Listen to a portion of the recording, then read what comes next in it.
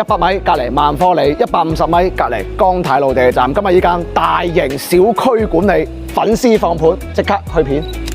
今日呢一間咧喺成個江燕路板塊，真係算係比較靚嘅一個小區環境嚟㗎啦。